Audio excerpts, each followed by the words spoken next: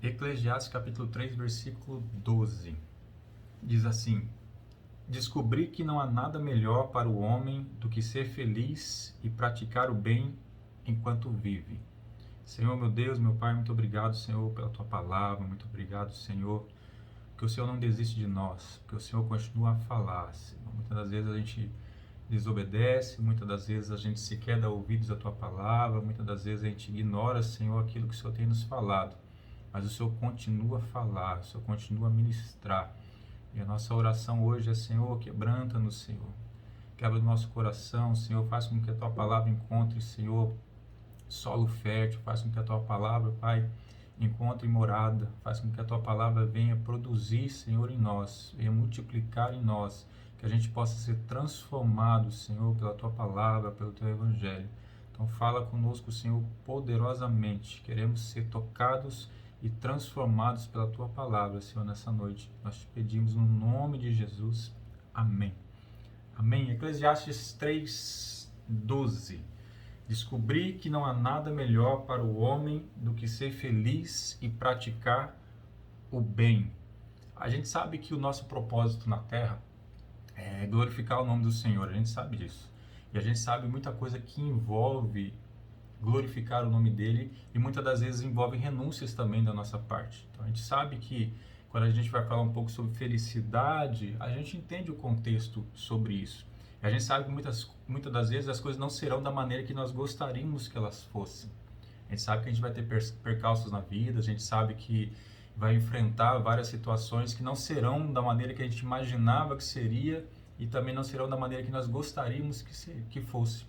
Mas mesmo assim a gente precisa falar sobre felicidade. A gente sabe que na nossa caminhada a gente vai enfrentar muitas situações difíceis. A própria palavra diz que teremos aflições, mas mesmo assim a gente precisa falar sobre felicidade, com um entendimento sobre felicidade mais concreto, mais correto do que a gente deve viver, né? Para a gente não confundir de que simplesmente é uma busca pela felicidade baseada no que nós pensamos, baseado no que nossa carne está a pedir, mas também ao mesmo tempo não é uma renúncia total de ser feliz, de ter uma vida feliz nessa terra. Então a gente precisa equilibrar essas coisas, né?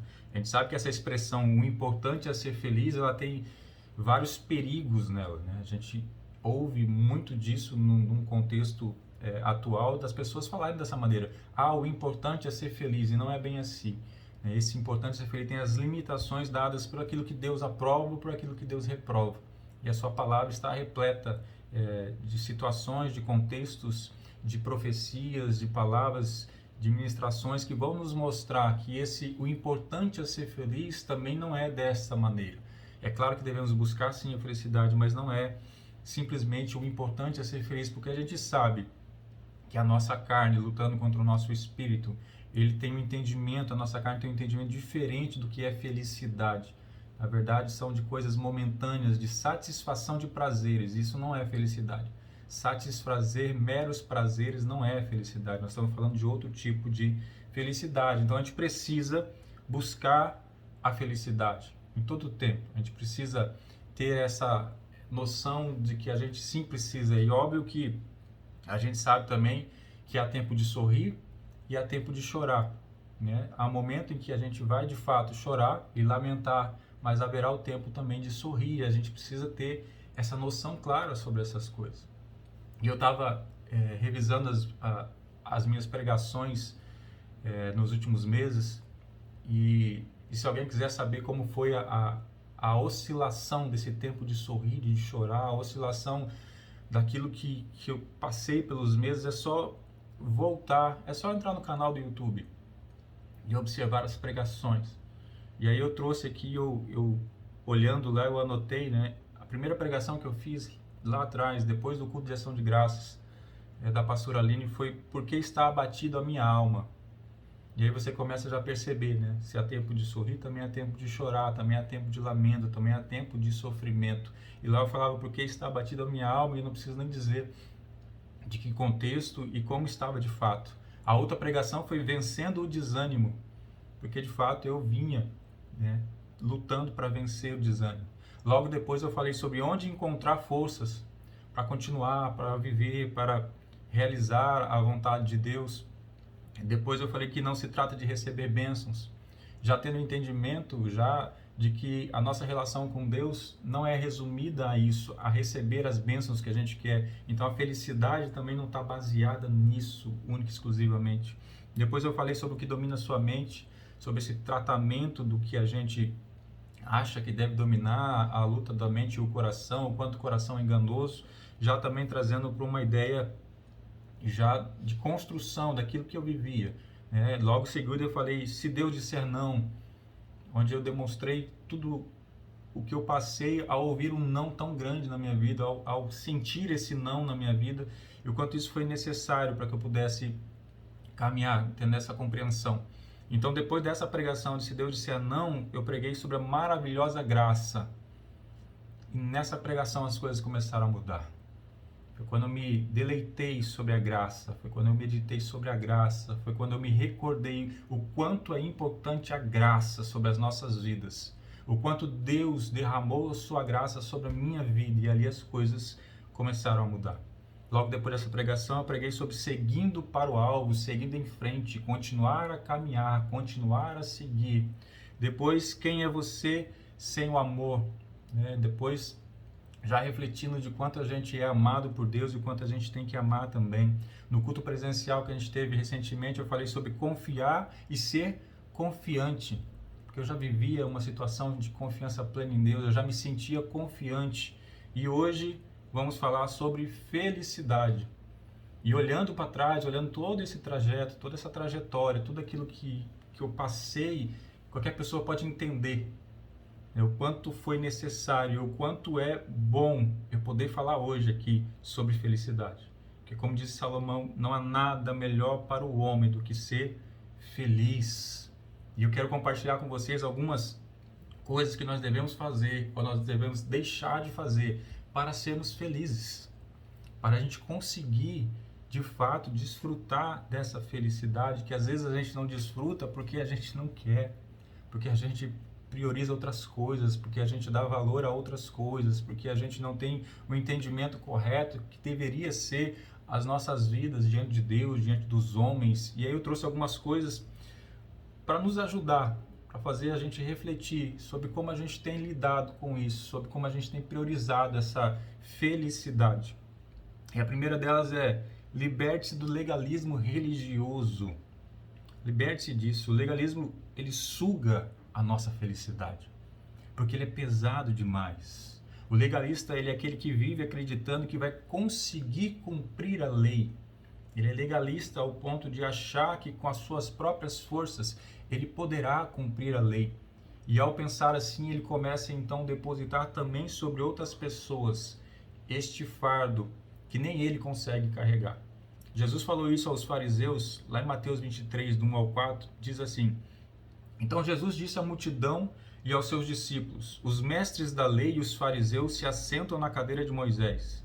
Obedeçam-nos e façam tudo o que eles dizem, mas não façam o que eles fazem, pois não praticam o que pregam. Eles atam fardos pesados e os colocam sobre os ombros dos homens, mas eles mesmos não estão dispostos a levantar um só dedo para movê-los. A legalidade, o legalismo religioso, o entendimento de que a gente pode, por si só, cumprir a lei, satisfazer a Deus com o cumprimento da lei com a nossa própria força, faz com que a gente faça ou deixe até mesmo de fazer, mas que ao mesmo tempo a gente comece a colocar esse fardo pesado sobre outras pessoas. E muitas das vezes a gente acaba recebendo esse fardo pesado. De tão pesado a gente não consegue se alegrar e não consegue ser feliz por carregar esse fardo da legalidade. Porque o legalista religioso, ele julga as pessoas. Porque ele é legalista, porque ele olha para aquilo que está escrito, o sim ou não, o pode ou não pode, ou pior, o que eu acho que pode, o que eu acho que não pode. E ele começa a depositar e colocar sobre o ombro dos outros essa legalidade que ele entende como correta a se fazer, sem pensar se Deus trabalha ou Deus não trabalha, sem saber o contexto de ninguém, e ele começa então a julgar. O legalista também não perdoa o legalista religioso, porque ele entende que não há perdão, porque é necessário que com nossas forças a gente consiga de fato atuar e fazer todas as coisas e cumprir todas as coisas. E aquele que não consegue não merece perdão, porque aquele que não consegue está errado. Aquele que não consegue merece de fato esse peso sobre as suas costas. Ele acha, o legalista religioso, que ele pode conquistar o amor de Deus com as suas ações. E é libertador a gente entender que não há nada que a gente possa fazer para que Deus nos ame mais. Assim como não há nada que a gente possa fazer para que Ele nos ame menos. Não há nada. É libertador você entender isso, você entender sobre a graça, você entender que Ele nos amou primeiro. A palavra de Deus diz que Ele nos amou quando ainda éramos escravos do pecado. Ele não passou a nos amar quando a gente começou a cumprir a lei. Ele não passou a nos amar quando a gente começou a ser zeloso e cobrar para que todos cumpram a lei. Não, Ele nos amou primeiro, e é libertador a gente entender que Ele fez de fato isso, que a sua graça foi derramada através de Cristo Jesus para a gente ser liberto. Não mais para ser escravo. Éramos escravos do pecado, para que agora se escravizar ao legalismo religioso? Para que se escravizar à religiosidade pura e simples e não à espiritualidade real e concreta em Cristo Jesus? Para que fazer isso? Isso é pesado demais para conseguir carregar e ao mesmo tempo ser feliz. Não é possível fazer isso. Em Gálatas 5, do 1 ao 6, diz assim: foi para a liberdade que Cristo nos libertou. Portanto, permaneçam firmes e não se deixem submeter novamente a um jugo de escravidão. Ouçam bem o que eu, Paulo, lhes digo: caso se deixem circuncidar, Cristo de nada lhes servirá. De novo, declaro a todo homem que se deixa circuncidar que está obrigado a cumprir toda a lei. Vocês que procuram ser justificados pela lei separaram-se de Cristo, caíram da graça, pois é mediante o Espírito que nós aguardamos pela fé a justiça que é a nossa esperança. Porque em Cristo Jesus nem circuncisão tem efeito algum, mas sim a fé que atua pelo amor. Óbvio que Paulo estava falando do exemplo específico da circuncisão, de um ato religioso do povo judeu. Ele está falando de um contexto dos judeus que estavam se convertendo ao cristianismo e ainda se apegando a atos religiosos que ele carregava na sua história, no seu contexto, na sua cultura. E ele falava assim: olha, Cristo nos libertou para sermos livres. Se éramos os escravos do pecado, não somos mais, por que vamos agora nos escravizar a isso? E ele diz assim: as pessoas que querem então se justificar pela lei separaram-se de Cristo, caíram da graça. Porque ao você se apegar à lei, ao cumprimento da lei com as suas forças, você está ignorando o sacrifício que Jesus fez na cruz por você. Você caiu da graça. Você disse que ela não é necessária porque você de alguma forma vai dar conta de cumprir essa lei e você não dá. O fardo é pesado demais. O entendimento da graça nos deixa leves e prontos para sermos felizes. A gente precisa estar leve.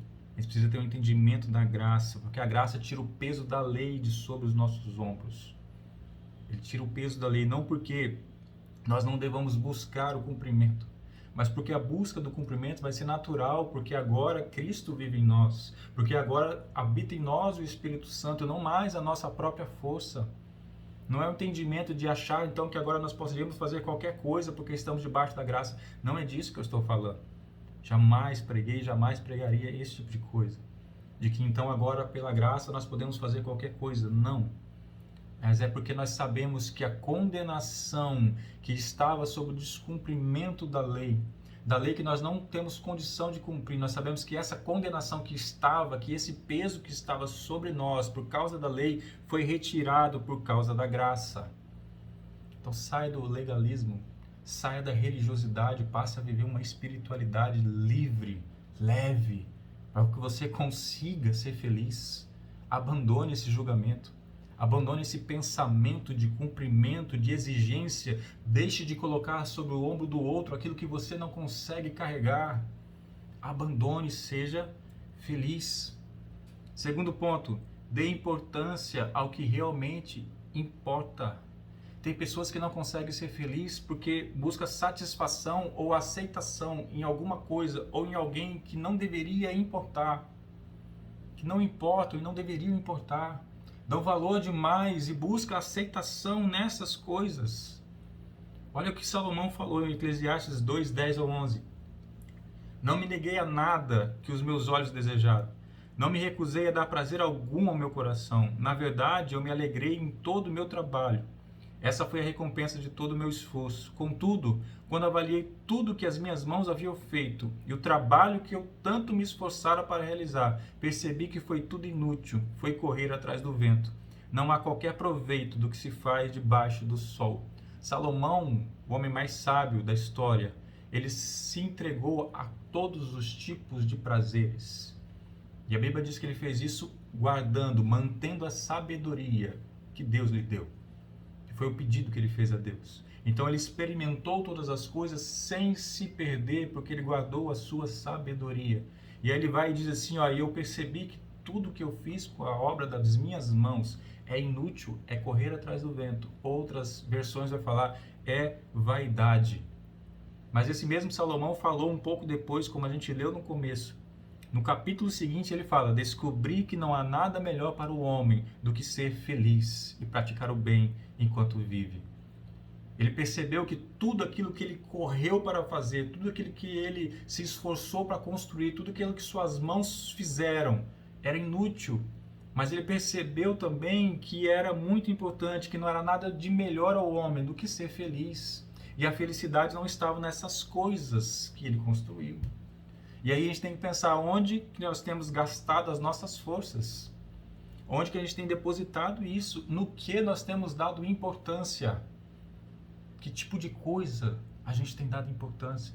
Para onde a gente tem olhado? Para onde a gente tem acenado? O que a gente tem pensado? Onde a gente tem depositado os nossos próprios julgamentos, a nossa aceitação sobre as coisas? O que nós esperamos das pessoas? O que nós queremos buscar? Que tipo de coisas queremos fazer? Nós precisamos realmente dar importância àquilo que importa. Filipenses 3, do 7 ao 9, Paulo diz assim, mas o que para mim era lucro, passei a considerar perda, por causa de Cristo.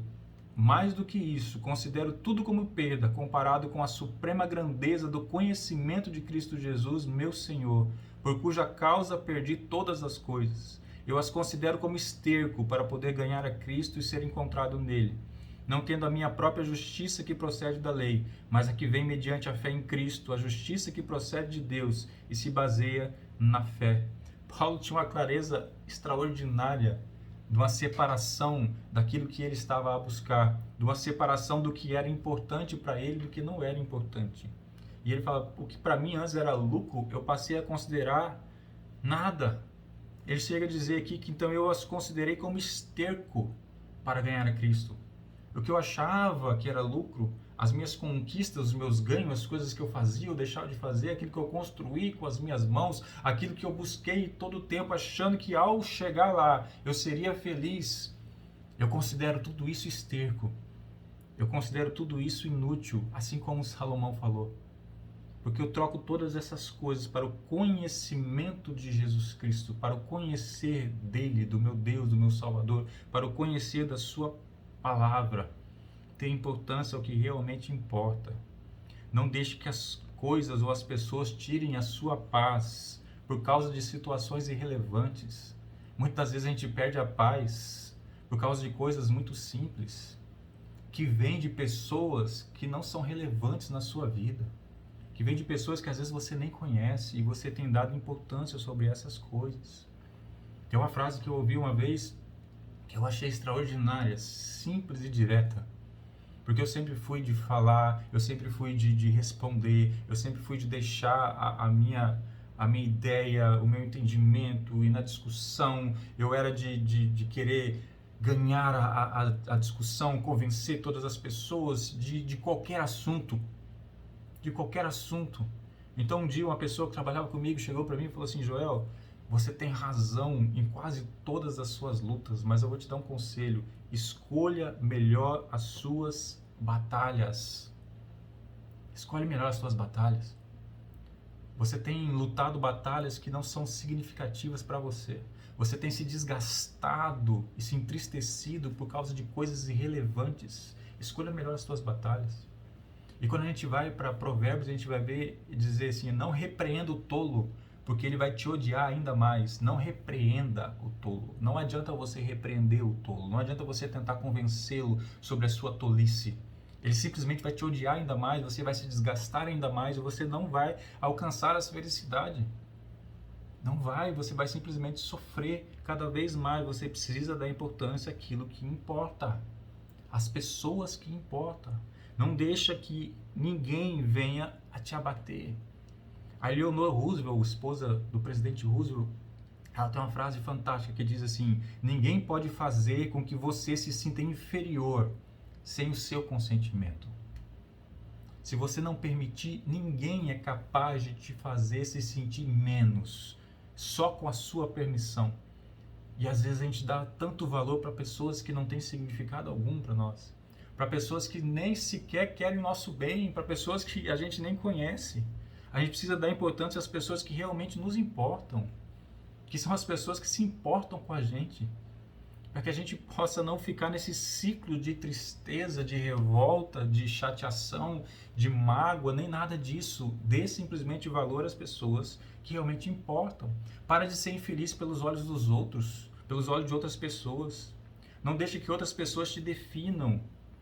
Não deixa que as outras pessoas que vão definir quando que você sofre e quando você é feliz. Não faça isso. A decisão de momento, há momento para tudo na vida, de sofrer, de chorar, de se alegrar, de sorrir. Essa definição é você e Deus. Não permita que outras pessoas ao seu redor, seja quem for, venha definir por você que momento é esse. Momento de você ficar triste, momento de você se alegrar. Não permita isso. Dê importância ao que realmente importe. E se importe com a tua felicidade. Porque muitas pessoas podem até desejar a sua felicidade, mas só você é capaz de buscar. Entenda isso. Até porque, mesmo que eu tente buscar a sua felicidade, se você não quiser, você não vai ser feliz. Não vai ser. Então você tem que se importar com a sua felicidade, porque ninguém mais vai se importar. No máximo desejarão. No máximo farão alguma coisa. Mas se importar mesmo, só você, porque só você conhece a sua história, só você conhece e sabe o que você passa, o que você já passou, o que você está passando, o que você ainda vai passar, só você. Então se importe com a sua felicidade. Terceiro ponto, desista de ter tudo sob o seu controle. Quem me conhece sabe o tanto que eu sou metódico e sistemático. Quem me conhece sabe que eu programo as coisas. Quem me conhece sabe que eu monto toda a ideia do que eu quero e aí eu tento seguir exatamente da maneira que eu gostaria que fosse. Quem me conhece sabe que eu sou assim. Só que a gente não pode simplesmente achar que sempre vai estar no controle de todas as coisas, porque a gente não vai estar. E assim a gente vai ser infeliz. Provérbios 16, do 1 ao 3, diz assim: ao homem pertencem os planos do coração, mas do Senhor vem a resposta da língua. Todos os caminhos do homem lhe parecem puros, mas o Senhor avalia o espírito. Consagre ao Senhor tudo o que você faz e os seus planos serão bem-sucedidos. Veja que eu não estou falando para você não planejar. Não é isso. Não estou falando para você viver de qualquer maneira e deixar as coisas acontecerem. Deixar a vida te levar. Não é isso que eu estou falando. A gente tem sim que planejar. A gente tem que ter o entendimento que no final quem decide as coisas não somos nós, é Deus. E aqui Provérbios diz por quê? Porque às vezes o que parece bom aos nossos olhos não é. O que parece ser o melhor aos nossos olhos às vezes não é. Então os planos do coração pertencem a nós, pertencem aos homens, mas a palavra, a última palavra, a decisão das coisas não pertence a nós. Pertence a Deus. Graças a Ele, pertence a Ele e não a nós. Porque se assim fosse, quantas coisas nós faríamos de errado e deixaríamos de sermos felizes? E se a gente se apegar a esse nosso planejamento de uma maneira que a gente acha que sempre vai estar no controle de tudo, a gente não vai ser feliz. Em algum momento a gente precisa abandonar esse plano rígido e permitir que Deus entre com ação e providência. O Provérbios fala: consagre ao Senhor tudo que você faz. Então tem que planejar, tem que executar o planejamento e tem que consagrar a Deus tudo que você vai fazer. E diz que assim então os seus planos serão bem-sucedidos. Mas entenda que os teus planos serão bem-sucedidos não quer dizer que aquilo que você planejou no início vai acontecer. Não quer dizer que o plano de ação vai ser exatamente do jeito que você pensou, mas o plano, aquilo que você queria, talvez não seja executado da maneira que você gostaria, mas vem Deus então e corrige a rota para que o plano seja bem-sucedido. Porque você foi fazendo executando, foi entregando a Ele, consagrando a Ele, Ele foi agindo, foi corrigindo o que deveria corrigir, porque a última palavra sai dele, e aí então os seus planos serão bem-sucedidos. A gente precisa lembrar que quem está no controle de tudo é Deus e não nós. Não somos nós que estamos no controle de todas as coisas. E se a gente tentar fazer isso, a gente não vai ser feliz. Simplesmente porque a gente não vai conseguir. Não tente estar no controle de todas as coisas sempre. Permita que Deus corrija, conserte as tuas rotas de acordo com a vontade dEle, para que os teus planos sejam bem-sucedidos. E aí você vai ser feliz. Quarto ponto, não seja ansioso. Deixe de ansiedade. A ansiedade te tira momentos atuais para te ocupar com coisas futuras. A ansiedade te tira a felicidade que deveria estar vivendo para viver uma tristeza que nem aconteceu. E a gente nem sabe se vai acontecer. A palavra de Deus diz em Filipenses 4, do 4 a 7, alegrem-se sempre no Senhor. Novamente direi, alegrem-se, seja a amabilidade de vocês conhecida por todos. Perto está o Senhor. Não andem ansiosos por coisa alguma, mas em tudo, pela oração e súplicas e com ação de graças, apresentem seus pedidos a Deus. E a paz de Deus, que excede todo entendimento, guardará os seus corações e as suas mentes em Cristo Jesus. Não se preocupe com as coisas. A palavra de Deus fala que a cada dia cabe o seu próprio mal. A cada dia as coisas vão acontecer. Mas não se preocupe, viva um dia de cada vez, uma coisa de cada vez. Desfrute do seu momento. Para de deixar de ser feliz agora, para se preocupar com a sua ansiedade daquilo que ainda não veio, daquilo que ainda não falaram, daquilo que ainda não pensaram. Ah, mas se fizerem, ah, mas se acontecer. Viva um momento, porque se você não abandonar a ansiedade, você não consegue ser feliz. Não consegue. Não seja ansioso por coisa alguma. Alegrem-se sempre no Senhor. E Ele diz como? Com orações e súplicas, com ação de graças. Entregue a Ele. Então, se você está ansioso, ore e agradeça. Se você está estressado, ore e agradeça. Se você está decepcionado, ore e agradeça. A oração junto com a gratidão, ela tem um efeito extraordinário. Porque quando você ora grato por tudo que já te aconteceu, então você passa a orar crendo, porque você reconhece o que Ele já fez.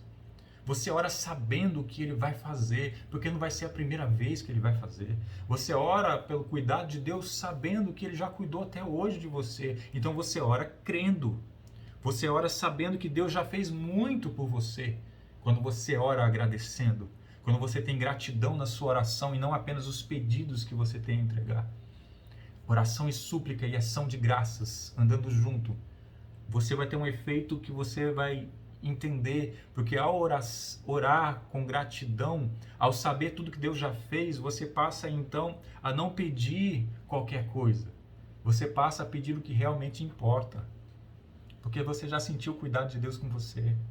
Então você começa a ter suas orações daquilo que realmente é relevante para a tua felicidade. E você começa a abandonar coisas menores para tirar a sua ansiedade, coisas que não deveriam tirar a sua paz. E aí você faz isso, entrega tudo a Deus em oração, em gratidão. E a palavra dele diz que a paz de Deus, que excede todo entendimento, é loucura mesmo, é inexplicável. A paz de Deus é inexplicável. Excede todo entendimento e ela guardará o nosso coração e a nossa mente. Ela guardará o nosso entendimento e o nosso sentimento. A paz de Deus vai nos guardar se a gente entregar as nossas ansiedades a Ele. Como? Orando e agradecendo. Orando e agradecendo. Porque sem paz não dá para ser feliz. E eu não estou falando de uma paz que é a ausência de luta. Isso não é paz. No máximo isso é calmaria. A pessoa que vive em paz, ela vive em paz independente de qualquer coisa.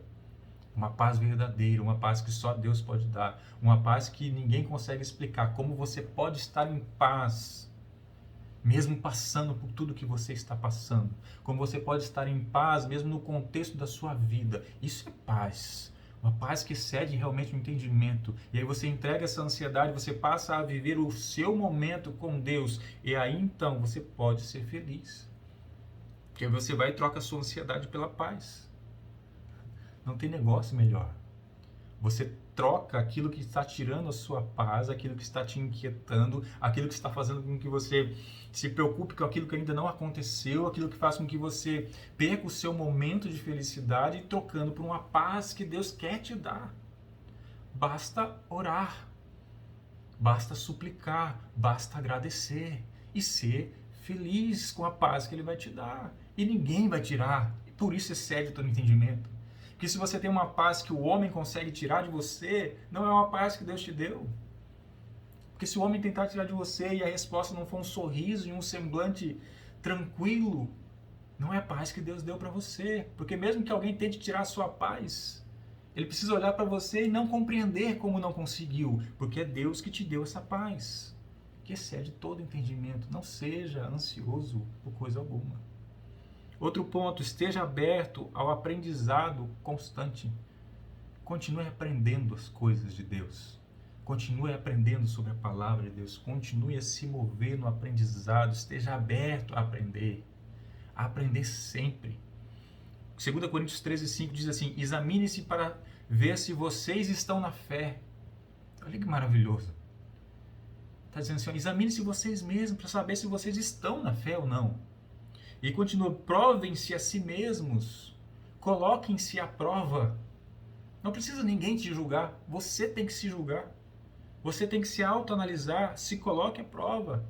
Não percebem que Cristo Jesus está em vocês, a não ser que tenham sido reprovados. Coloquem-se à prova, tenham um coração ensinável. Feliz é aquele que aprende todos os dias, se corrige todos os dias. O provérbio vai dizer que o sábio, ele ama a repreensão. Por que o sábio ama a repreensão? Porque ele quer se corrigir. Porque ele não quer errar constantemente, ele não quer errar um dia a mais. Ele quer ser repreendido, corrigido para parar de errar. Ele quer aprender. O sábio aprende. O tolo não quer aprender. O tolo sequer reconhece os seus erros. O tolo sequer acha que erra. E o tolo é infeliz. Quem é feliz é o sábio. Provem-se a si mesmo olhando os seus frutos. Quais são os seus frutos? Você tem mais amado ou mais odiado?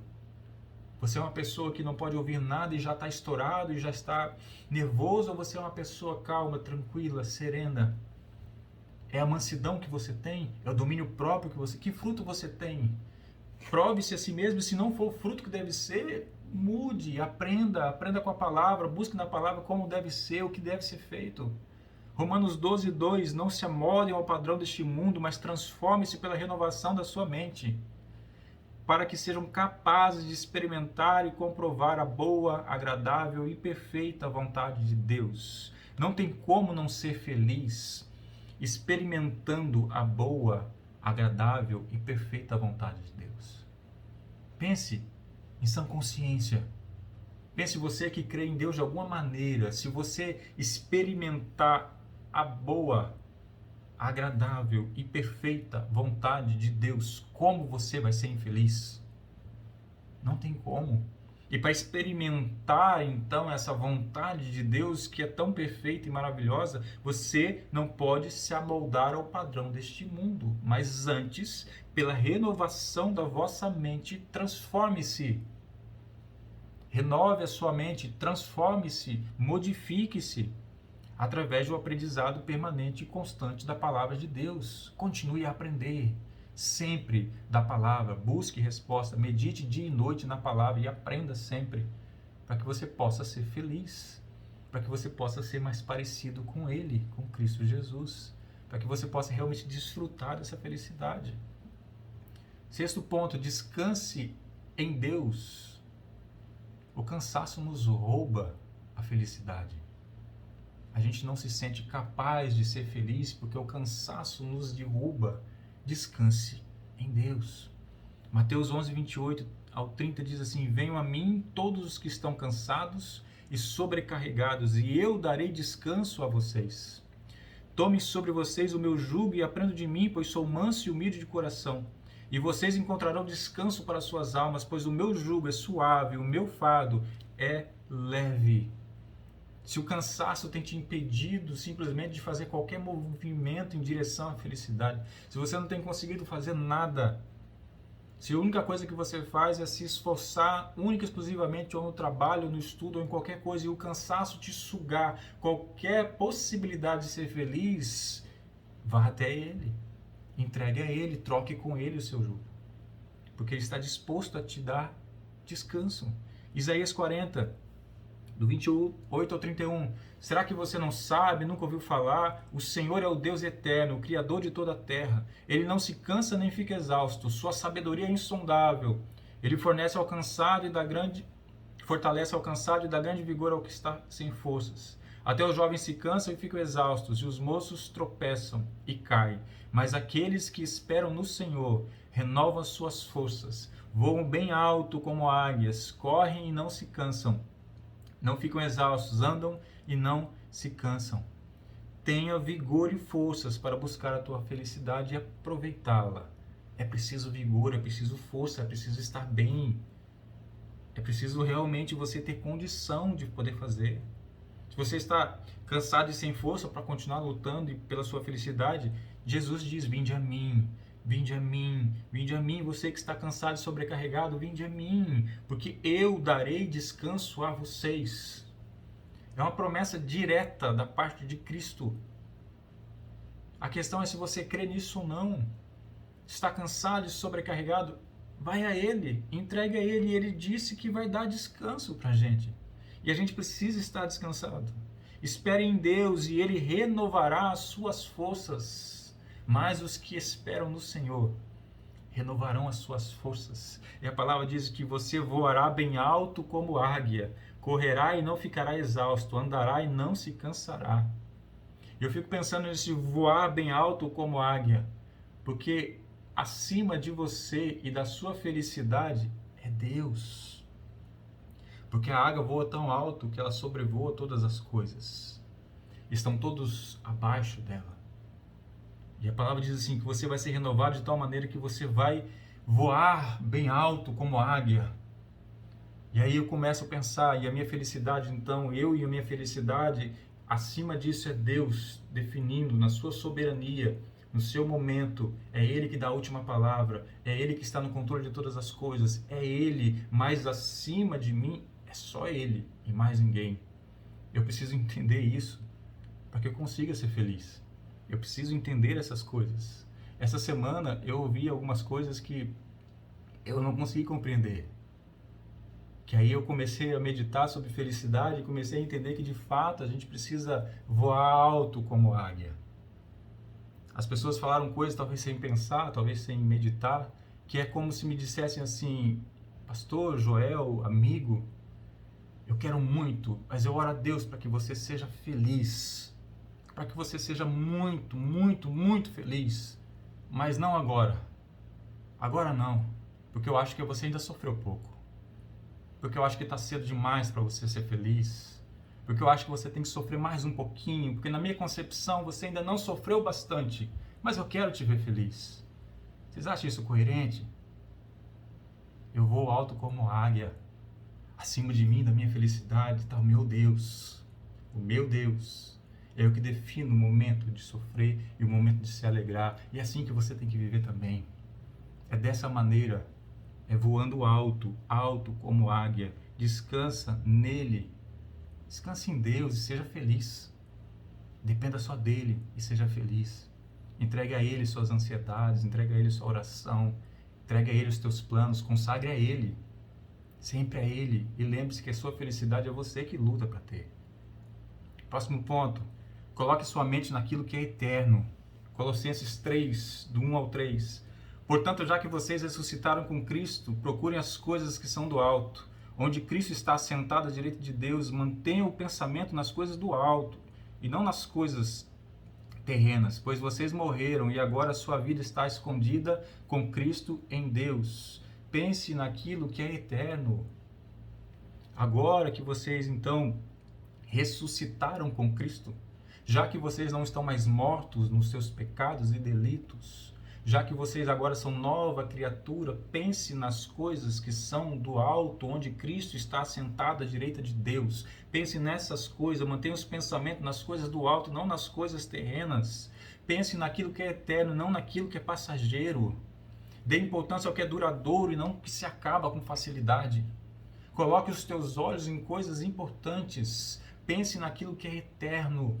Pense naquilo que é duradouro e não no que é efêmero, não no que corrói, não no que se acaba, não no que se destrói, não no que não consegue limitado, é limitado pelo tempo, que não consegue se provar. Não faça isso. Viva, dê sua importância àquilo que deve ser dado e comece a colocar a sua mente, a sua cabeça nas coisas do alto. O lugar que mais fala sobre felicidade é o Sermão do Monte, Mateus capítulo 5. E ele diz assim, do versículo 1 ao 12: Vendo as multidões, Jesus subiu ao monte e se assentou. Seus discípulos aproximaram-se dele e ele começou a ensiná-los, dizendo: Bem-aventurados, felizes. Eu vou trocar por felizes, tá? Felizes os pobres em espírito, pois deles é o reino dos céus. Felizes os que choram, pois serão consolados. Felizes os humildes, pois eles receberão a terra por herança. Felizes os que têm fome e sede de justiça, pois serão satisfeitos. Bem-aventurados os misericordiosos, felizes os misericordiosos, pois obterão misericórdia. Felizes os puros de coração, pois verão a Deus. Felizes os pacificadores, pois serão chamados filhos de Deus. Felizes os perseguidos por causa da justiça, pois deles é o reino dos céus. Felizes serão vocês quando por minha causa os insultarem, perseguirem, levantarem todo tipo de calúnia contra vocês. Alegrem-se e regozijem-se, porque grande é a recompensa de vocês nos céus, pois da mesma forma perseguiram os profetas que viveram antes de vocês. A maioria das bem-aventuranças pode até ter uma referência a ser aplicada aqui na Terra. Podemos até fazer um exercício e fazer uma aplicação das bem-aventuranças na nossa vida nesse momento, mas a referência é clara sobre vida eterna. Sobre vida eterna, ele vai falar várias vezes, pois deles é o reino dos céus, pois serão consolados, pois receberão a terra por herança, pois serão satisfeitos, pois obterão misericórdia, pois verão a Deus, pois serão chamados filhos de Deus, pois deles é o reino dos céus. E grande é a recompensa de vocês nos céus. Feliz é aquele que tem os olhos voltados para as coisas eternas. Feliz é aquele que tem os olhos voltados para as coisas do alto. Porque você começa a dar importância e relevância ao que realmente você tem que dar.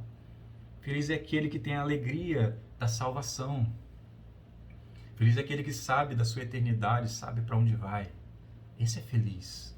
Porque ele não se importa com as coisas pequenas, porque ele sabe para onde vai. Porque ele não se importa com alguns anos, ele se importa com a eternidade. Ele se importa com aquilo que não se acaba. Então ele é feliz, é muito mais feliz, muito mais feliz.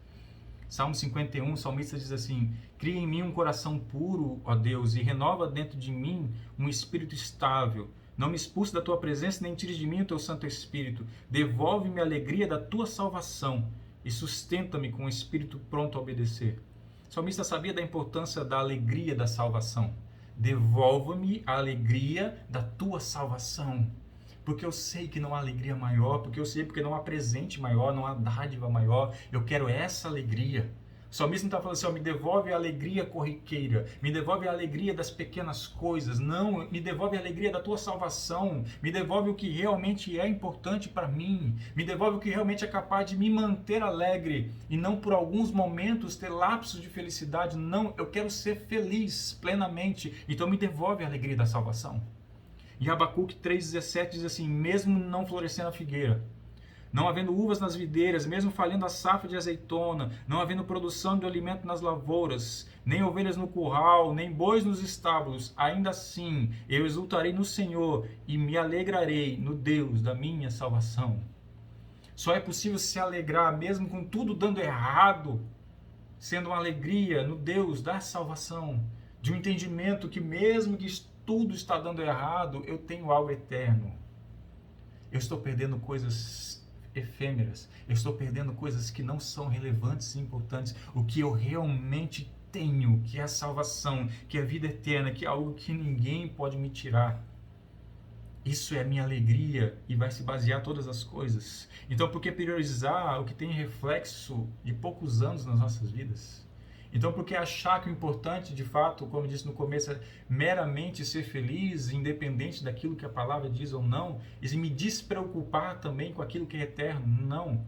A gente precisa ser feliz sem tirar os olhos daquilo que é eterno. E nessa busca da felicidade, não fazer nada que afete a eternidade. O mais importante é a alegria da salvação. Nós precisamos priorizar aquilo que é eterno. Só isso traz uma alegria inexplicável. Só isso. Só isso. Só isso. Deus nos prepara para sermos felizes. Ele nos dá maturidade para sermos felizes.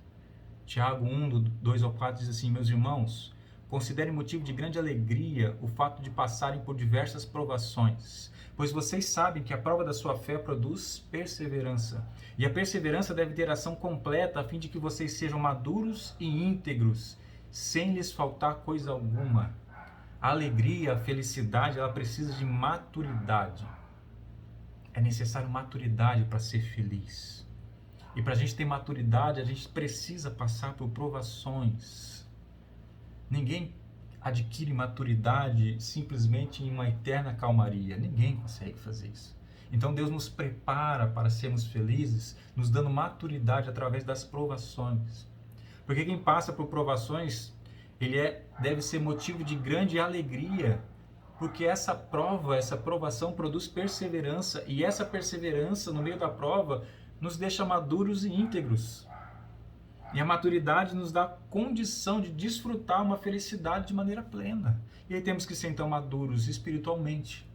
Deixarmos de sermos meninos espirituais, entendemos e conhecemos a palavra, temos maturidade de fato da palavra de Deus, temos que ter maturidade profissional para gozar também dessa felicidade, daquilo que fazemos no nosso dia a dia. Salomão também vai falar no livro de Provérbios e também fala em Eclesiastes sobre isso, sobre a importância que é poder gozar do fruto do seu trabalho. Então é preciso maturidade profissional e é preciso maturidade emocional. Temos que ser maduros e Deus nos prepara para sermos maduros através das provações. Glorifique a Deus, porque é motivo de grande alegria as provações que você passa, porque gera em você perseverança. E se você quer ser feliz, então persevere nessas coisas que a gente falou hoje. Liberte-se do legalismo religioso, dê importância ao que realmente importa. Desista de estar no controle de todas as coisas. Desista disso, não seja ansioso. Entregue a Ele a sua ansiedade. Troque pela paz que excede todo entendimento. Esteja aberto sempre a aprender constantemente com a sua palavra. Descanse em Deus. Espere em Deus. Para que você tenha leveza, para você ser feliz. Coloque a sua mente naquilo que é eterno. Que é eterno. Dê valor ao que tem valor. Dê importância ao que tem importância. E viva com leveza que só a graça de Deus pode te dar, e seja feliz, no nome de Jesus. Amém? Vamos orar? Senhor, meu Deus, meu Pai, muito obrigado, Senhor. Muito obrigado, Senhor. Como Tu és bom, como Tu és misericordioso, como Tu és maravilhoso, Senhor. Obrigado pela Tua palavra, obrigado, Senhor, por tudo que o Senhor nos fez e ainda fará, Senhor. Que o Senhor nos dê entendimento, discernimento, Senhor. Não só para sermos felizes, Senhor, mas como diz a Tua palavra, se alegrar também com os que se alegram. Não apenas chorar com os que choram, mas se alegrar com os que se alegram. Ter realmente a alegria e a felicidade como princípio das nossas vidas e aquilo que nós desejamos e queremos para todos também.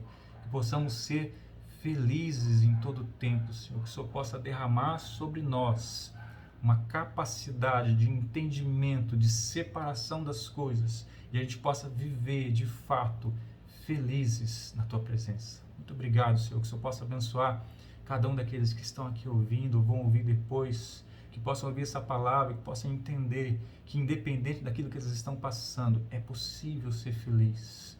É possível ser feliz. E o Senhor quer a nossa felicidade. O Senhor é que sabe que pensamentos tem sobre nós.